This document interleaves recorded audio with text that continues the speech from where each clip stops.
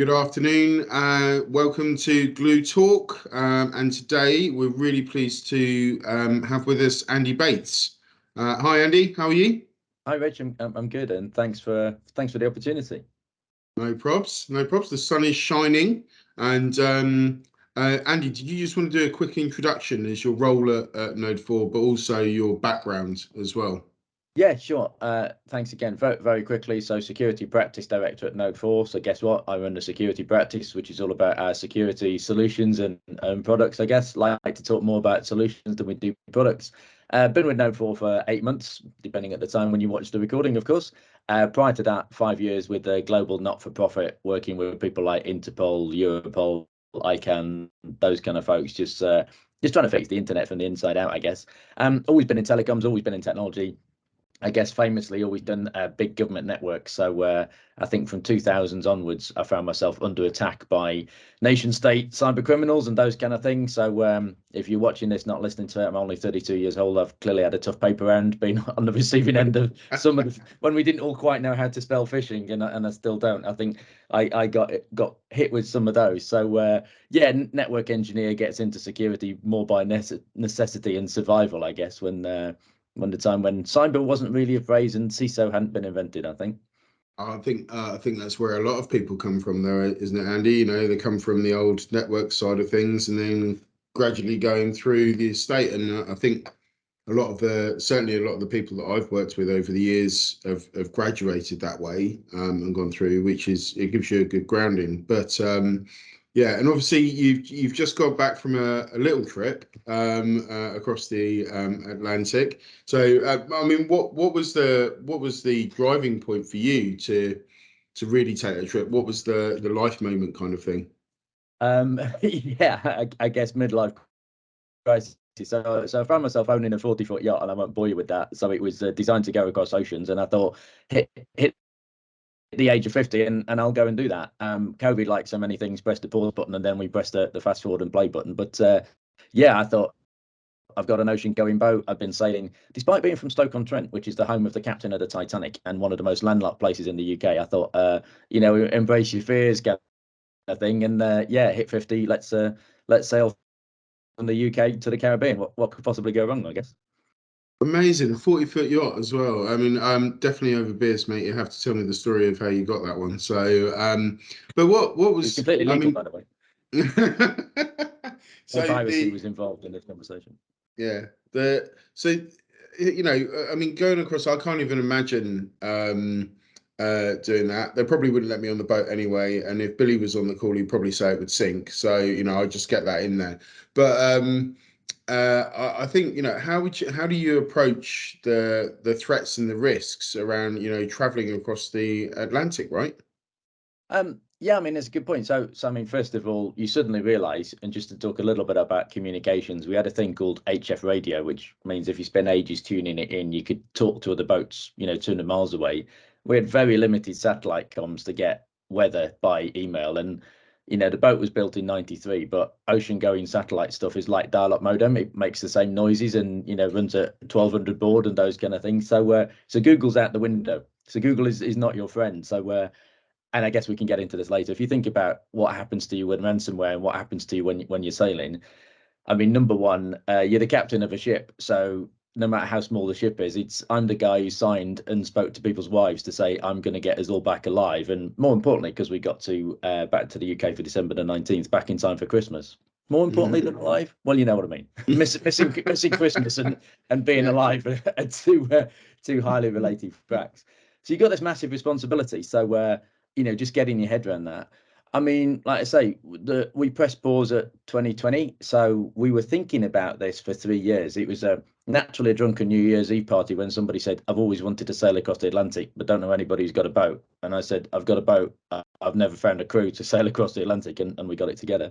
How do you prepare? You spend 3 years obsessively thinking about it. So every moment in the bath or the shower, you go, "Oh, I wonder what happens if the swoggle flange falls off," and those kind of things. Naturally, we've done some training runs, so we've been to the Scilly Isles and put in 1,000 nautical miles. So you incrementally build up with the crew you've got, and we did swap some of the people in the crew in that kind of journey. But yeah, a lot of it, the parallels to I guess, normal life are planning, thinking about it. No Gantt charts were involved, no Gantt charts were harmed during this process, but certainly big spreadsheets, thinking about what happens if things go wrong, getting the right people. But yeah, in the IT industry, we say, well, hey, nobody died today, and hopefully that's the truth. But yeah, it's if you can sail in the Solent, you can sail in the Atlantic. It's all about having enough food and diesel and morphine and injections. And yeah, so my wake up call when I went to the local pharmacist and spent £500 on a whole load of medical stuff that I thought, I really hope I don't have to use this. Then that's the thought of how to stick an injection in someone's butt in 4 meter waves is something I don't relish. No, no, I can see that, but actually, I mean, you bring back the analogies really well to how you've approached, obviously, in your career. You've had loads of illustrious career aspects around the security side of things, and that planning. Lots of people doing that planning side of things. You said you swapped out a couple of people on the boat as well, like you would do in your infrastructure, or like you would do against your security piece, where you're prodding and making holes to do that defense and protection aspects as well, right? So um, I find it fascinating that everything that you do in your career, and you understand how you approach those aspects. You can then translate into sailing Yeah. across the ocean, right? Yeah, So totally. And I'm told I'm more grumpy as a skipper. I think I tend to be a bit of a bonhomie kind of boss, but actually that is the point. You don't want to fall out with anybody when you're kind of 14 days across a 21-day mission. So sometimes keeping it no. zip, but also sometimes letting people know who's in charge is it's probably that's the biggest difference, I would say, that in work, particularly in the current any kind of work climate, there's limits to where you can go with things when you are literally 1,000 miles from land and it's 3 meters of depth, sorry, 3 miles of depth of water, and things are going wrong. Somebody's got to call the shots. I guess as distinct to normal IT, except for when you are under attack and when you've got a crisis and when you've got a ransomware, sometimes you've got to make decisions in a minute and you're going to regret some of that stuff. But yeah, the key point is getting everybody through it alive, and then you can normally fix some things around. When we got a rope wrapped around a propeller, again, 1,000 miles from Brazil, that was a bit of a moment. And you're going to ask me, why did we use the propeller? And it's because we had no wind for about 400 miles. But there you go. Yeah. But yeah, and I mean, obviously with COVID, during that period as well, where you were doing the planning, and lots of people now not back in the office. So, I was with a customer yesterday, and they were saying around, the digital workforce completely changed, and they're now looking at closing offices. So they've got offices in London, they've got offices up north. They're closing those offices, and they're going to go 70% remote, because people now they're not wanting to come back into the office, because for the last 2 years they've proven that they can still be efficient and keep the company running. So I'll be honest with you, I do like to come into the office sometimes and see people and interact, Yeah, right? yeah, But being locked on a boat with them for 21 days, it's bad enough that I have to be at home for 21 days with my wife and kids, let alone people that I don't know. Um, so just coming back to work then, where obviously you're back, where are you really seeing customers struggling now? What do you think the key aspects that you're seeing in your customers with No4? What are you seeing the key things that they're coming to you and asking you about? yeah. I mean, it's a good question. So, and it's easy to typify across a customer base of 3,000. So I'll try and avoid that. I think one problem is people still like buying flashy boxes with lights on, So I think we could sell a shoebox with four LEDs on it and call it the Cybertron 9000, and people would like it. And as you and me both know, security is as much about people, about layer 8 in the OSI 7-layer stack is the biology level. So we are doing a lot more of awareness and training and engaging people, and we're doing our own webinar where we talk about stuff.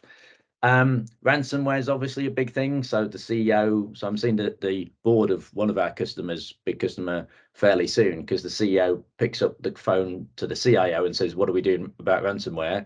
They call me and say, "What am I doing about ransomware?" And the answer is, frankly, not enough. Mhm. So we're working with a dark web company, because the concept of listening on the dark web and knowing you're going to be attacked at day T minus 50, as opposed to today is 0 day. Surprise everybody, let's have a 0 day party and run around and nothing works kind of thing. I am still shocked, and I'm going to sound boring about this, that Billy basic stuff where your admin password is a password, not MFA, and the admin's password is the admin's name with some numbers and funny squiggly characters at the end, and we kind of think that's going to be okay. It's kind of not okay. And why is that? I think we're a mid-tier provider who really, specializes in mid-tier organizations of a similar size. So I think all the big names, the Barclays, the HSBCs, the British governments, they're spending hundreds of millions on cyber. And I think the criminals aren't really going after them anymore. So they're going after their customers. So I always say it's better to steal 10 million by stealing £100 of 10,000 people, if I've still got my mental arithmetic right. So it's almost, if I can draw as kind of sandwich, the top tier have kind of got it sorted. Joe Public, my mum and dad, your granny are getting impacted, so their customers. But I think our customer base are probably the next land grab. So we're suddenly seeing more attacks happen. I mean, this week alone, we've seen 3 customers attacked, and in 2 cases, people thought it was, well, one big case thought it was a misconfiguration of their cloud. Suddenly, all their clouds got really busy, terabytes of data moving around, and we're going, are we sure this isn't some kind of attack going on? And in one case, it wasn't. In the other case, it was. So I think that kind of healthy paranoia, actually recognizing you are under attack is a bit of a struggle, which is obviously why you need a SOC and that kind of expertise. And then I guess finally going back to the layer 8 point, guess what? There's loads of job vacancies in the UK. So you can make good money in cyber, but you can make good money driving a train, driving a truck. So it's kind of quite competitive in the job market. So actually hiring the right people, difficult. I've made a point of hiring people, particularly not white, middle-aged, middle-class, Oxbridge-educated males who don't know about cyber into the world of cyber. And I think I've done reasonably well hiring women in their 50s who've been in the police force and those kind of things, and getting them to the, if you like, the midpoint level, not maybe the ninja level. So yeah, everybody's struggling with staff. We're doing quite well with that being a technological organization, but I think our customers are struggling, which again is a reason to call in experts like ourselves as opposed to. So I guess where do I conclude on that? People are thinking less about buying boxes and doing it themselves, and hopefully coming to organizations like you, like us, and doing it a bit more. But I selfishly would like that trend to accelerate, and I don't think that news has landed just yet. Yeah, well, so I 100% agree, and I think certainly on the people skills perspective, right? It's probably worse than it ever has been. So obviously, it's always been a struggle, right? Even for the last 5 years, but I think that's really really taken its toll now. And we are seeing more and more customers wanting to consume services as a service, right? So they've moved their stuff to the cloud. They're now used to that. We want to pay monthly model, and obviously where Glue is helping partners is move to Unity based models as opposed to going and selling widgets, right? And I think the customer base is now starting to get into the mindset of actually. I wouldn't say commoditized security, because I don't think it is a commodity, but that kind of mentality of I'm going to go and buy it as a service because then it's there. I still think, one of the big challenges certainly that we see is that, like you said, around the foundations, right? So customers understanding their foundations. So the amount of customers that I go into and talk to, which is fantastic, right? I love talking to customers, but you say, have you got an up-to-date CMDB? And the blank face goes, and they say, oh, well, we know some of them. And it's like, well, if you don't understand your assets, and you don't understand where your data is, obviously a data asset, and you don't, then how are you going to understand the vulnerabilities and the threats to be able to produce risk, right? To understand risk. So it's like saying I've got this phone book, but somebody's ripped out all the B's and all the S's, but it's pretty good most of the time, isn't it? So it's either things like that, it's either all or nothing. And you're right, and slightly touching on the sailing and back to COVID, loads of people in my demographic have gone, I'm going to go and play golf 2 days a week or go sailing 4 days a week or do whatever. And that's taken a skill set. Unfortunately, the grey haired people like you and me, there's a lack of that experience gone out of the marketplace. And maybe now everybody's gas bill has gone up and everybody's pensions have been snookered. We'll see some of those folks come back into the marketplace. And I know you've got a specialism in that kind of space, but yeah, it's an interesting challenge, isn't it? And it also begs the question: when those people do leave, is everything really well documented? Well, of course it isn't, and you can't beat having a chat with somebody over a coffee to work out how something works. So yeah, I think, and I guess it touches back on the boat analogy, doesn't it? That you have to take your knowledge with you once you're isolated, and once those people have left the workforce, a lot of experience has gone, and AI and the other cool technologies aren't really, Chat GPT is not going to replace the stuff that's just walked out the door. No, it's not. It is pretty cool for writing blogs, but It is, yeah, but it's yeah. but no, it's not. I was with someone the other day. They said they've integrated Chat GPT into their SOC. I was like, are the SOC people like, what do I do in a cyber attack? It's like, I'm not really sure what it's gonna achieve. Certainly in the SOC element. So what do you obviously you said what do you think the biggest in the mid tier, we've touched on obviously the people element. I'm still seeing a lot of ransomware coming out and a lot of phishing attacks, right? So they're accelerating. I still think the biggest gap in the market, you correct me if I'm wrong, is education, right? So that seems to have dipped, in my opinion, certainly over the last couple of years because of maybe COVID, people working remotely, security awareness programs being stepped back.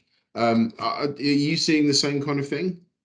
I think so. I have to feel for the users, and those of us who've heard me speak before are going to be bored with this analogy. But if the water industry was like the internet, we pump dirty water to your house, we'd sell you a water purification plant for your kitchen, we'd call it a firewall, you still get a virus, and we'll blame the Russians, or even worse, we blame the users. But somebody sent me a phishing link where the A had been swapped out for a Cyrillic A. So just by Yeah, changing the ASCII character set, and I fell for it, and I'm thinking. So 99.9% of other people are gonna click on that sucker. So yeah, I agree. I mean, I think the industry's a bit at fault. We don't make cyber sexy enough, if I'm allowed to say that. So there's a book I give to most CEOs I meet called Whaling for Beginners. Whaling being a big fish, as we all know. I know a whale's yeah, technically a mammal, but let's gloss over that detail. It spoils a good story. It's a novel that gives you the visceral feeling of you've been under cyber attacks. You get that feeling in your belly, and it gets you emotionally connected. So yeah, we do training, but it's the mandatory thing that somebody does with a mince pie at Christmas, and then they've ticked compliance, and then we're yeah, cracked on. So I've seen organizations who've done storification or done 3D headsets, and it's cool stuff and a wee bit expensive. I go back to, the amount of customers who don't have PDNS, so protective DNS. So if you do yeah, click on a link, you've got a 90% chance it's not going to get through. So, whether you're using Mimecast or Quad9 or 14 Air, the amount of people who could turn on those features and they haven't. yeah, Yeah, and we're seeing a resurgence of DLP. I mean, DLP was the yeah, TLA that we all thought was going to be the thing a few years ago, and I think DLP 2.0, maybe with a bit of AI thrown in, is starting to get there, because the amount of people who've accidentally sent a really important file to someone and then, oh, well, it was an accident. I sent it by accident, when actually they thoroughly intended to send all of their prices to their competitors they're just about to join. So I know when I was at Verizon, the DBIR, the annual data breach investigation report, one of the biggest causes was insider threat. And the yeah. insider threat, one of the biggest items was error. Yet the user, if you get caught, you're going to say you did it as oh, I didn't put my hands up, I'm a criminal. You're going to go, oh, sorry, I clicked on the wrong It's an button. accident. Yeah, And we give them systems that allow you to do that. If you're in an aircraft or you're running a railway system, the interlocking is such that you're not really allowed to crash into mountains. There's computers that help you to not make the right decision, make the wrong decision, exactly. But in IT, it's the other way around. We almost encourage bad behavior. We allow it to happen. So yeah, I mean, that was a long decompress of where things are. But so I do agree with you. I just feel for the users that we can build them a better internet and better systems. But I think you pick up on something really important there. So you know, I know one of your strap lines is, it's overcomplicated, right? So we're overcomplicating cyber. We need to do the foundations. We need to do it better. And I'm seeing that one of the things around you said around the products, right? So if I bought Mimecast and you said they haven't enabled the feature sets, how many customers out there have gone and bought product sets, doesn't matter what product sets they are, and actually are making the best use of their investment that they've already done. And because companies go out and they say, right, okay, well, we need, this part for antivirus and this part for EDR, and we're going to go and get this part over here. Actually, there's this crossover. And I feel that some people are overcomplicating it by selling products as opposed to understanding kind of, yeah. So you agree with that? Oh yeah, totally. I mean, the telly that I'm watching this call on, or monitor, I guess is the right word. It's probably got shed loads of features that I bought it with, but you buy things according to features, and then you sometimes get too busy to turn them on. And you're right. And I mean Microsoft Defender, a whole load of cool stuff, really integrates well with our SOC. How many people thoroughly understand the full-on Microsoft licensing? You almost need a PhD with it. So yeah, Microsoft, forgive me for saying this, but I think they'd say it. They don't make their own licensing the easiest thing to go do. So yeah, we make it a big tech fest, a big tech soup, don't we? And so Yeah. not easy for customers. So I try and avoid jargon. I try and talk to CEOs and CIOs on a business level, business outcome level. How do you want to do this? As opposed to, LinkedIn is full of people who want to sell you the latest Cybertron 10,000 widget. And yeah, buying widgets is cool and it's good. I had lunch with a CEO of a fintech company this week, and he wanted to talk about quantum encryption. And yeah, it's really funky. But again, you haven't got DMARC turned on, you haven't done PDNS, you haven't done these other things, we haven't done database replication. Need to do that as well. So it's like with all management, all layer 8 biology things, you need a little bit of fun for 5 or 10% of the time, and you need Billy Basic for the other 90%. And it's getting that blend right, isn't it? So Yeah. there's never a binary answer to security questions. I hate the answer, it depends, but I think that nice blend, it's about shades of grey rather than all or nothing, I guess. Cool. So what's next on the sailing front, Andy? Got to get the boat back. If anybody wants to be part of my crew, if anybody wants to sail from the Caribbean via the Azores back to the UK, I'm short on crew at the moment. So yeah. Okay, so call out to everybody who watches this. Then, if you'd like to go sailing with Andy, then drop him a note. We'll certainly put your link in as well, Andy. So, and I know you do a webinar as well. So, certainly looking forward to watching some of those. So, brilliant, Andy. Thank you very much for joining us. Great. Thanks again. Really great for our listeners. So, thank you very much. Great. Have a good time. Cheers. Cheers. See you soon. Bye. Bye.